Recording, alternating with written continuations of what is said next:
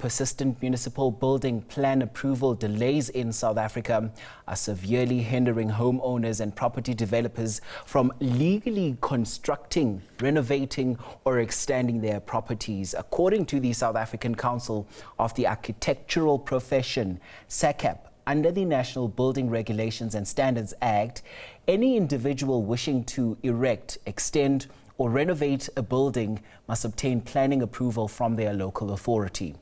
Proceeding with construction without this approval is illegal and can attract criminal sanctions. For more on this now, let's rope in the SACAP Registrar, that's Advocate Toto Fiduli, joins us now. Advocate, thank you for your time on the program. So what are some of the biggest reasons that municipalities are taking so long to approve plans, and how long are applicants currently waiting on average?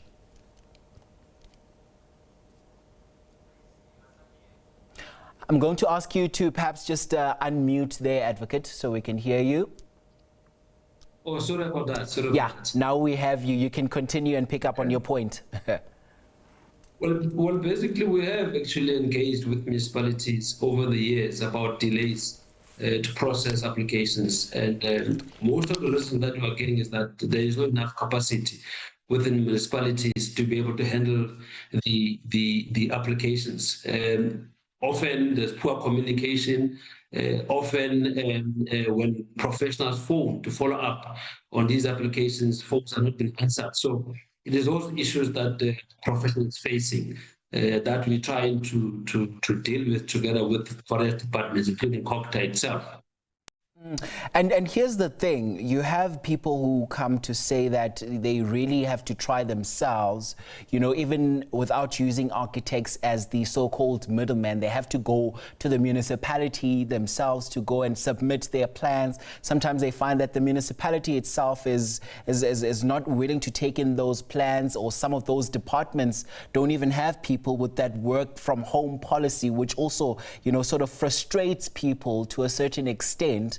Just which municipalities are performing the worst when it comes to the processing of these building plans? And are you perhaps even considering publishing some sort of performance data to encourage accountability? Because some people are quite frustrated with the things as they stand. Well, certainly.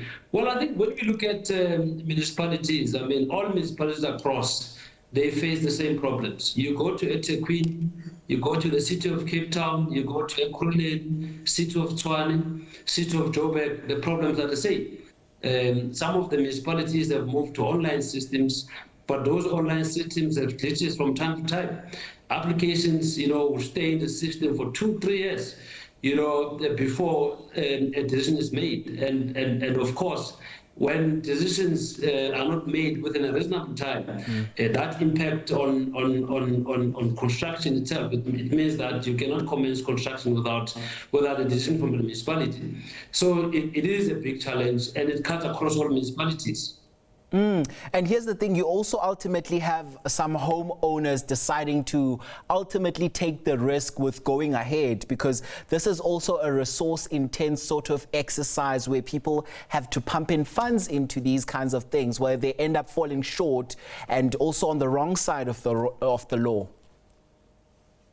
Well, the reality is that the National Building Regulations and Standards Act makes it an offense for you to commence building without approval.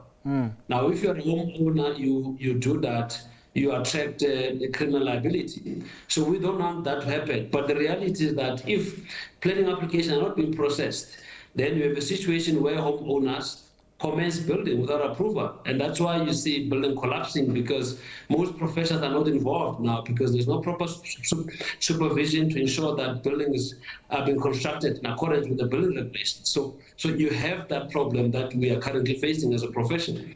And that's why we are calling for all those involved in the planning process to come and help us to solve the problem, because it's impacting on the businesses of many professionals.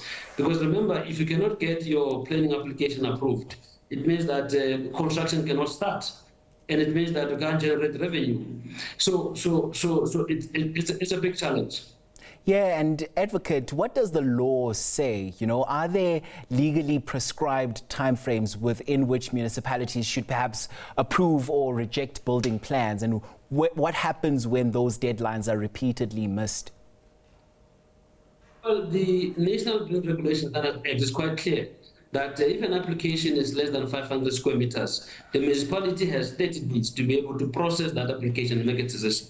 If a planning application is more than 60 days, then they have 60 days to make sure that they process the application and make a decision. So it's clear that there's a contravention of the law. So municipalities need to look at the law and make sure that they comply. Because what's the point of having a law that says that if I submit an application which is more than 500 square meters, it must be approved within a particular time frame, and you don't, and nothing happens. There's no consequence management. We have written to all municipalities at some point. We even written to mayors to raise issues with these delays, but nobody seems to be concerned enough to attend to the problems. And we have engaged with some of the building control officers, and they are saying, look, building control is not being prioritized within the municipalities. They don't have capacity to be able to handle the volume of applications. So now they are also constrained. So I think municipality councils, as well as the mayors and the municipal managers, must take responsibility for non-compliance with the law. And we're hoping that somebody will take action and make sure that they're held to account for this problem that they are creating for the country. Right, Advocate, I must thank you so much for your time this evening. That's the SACAP Registrar Advocate Toto Fiduli chatting to us there. Thanks so much indeed.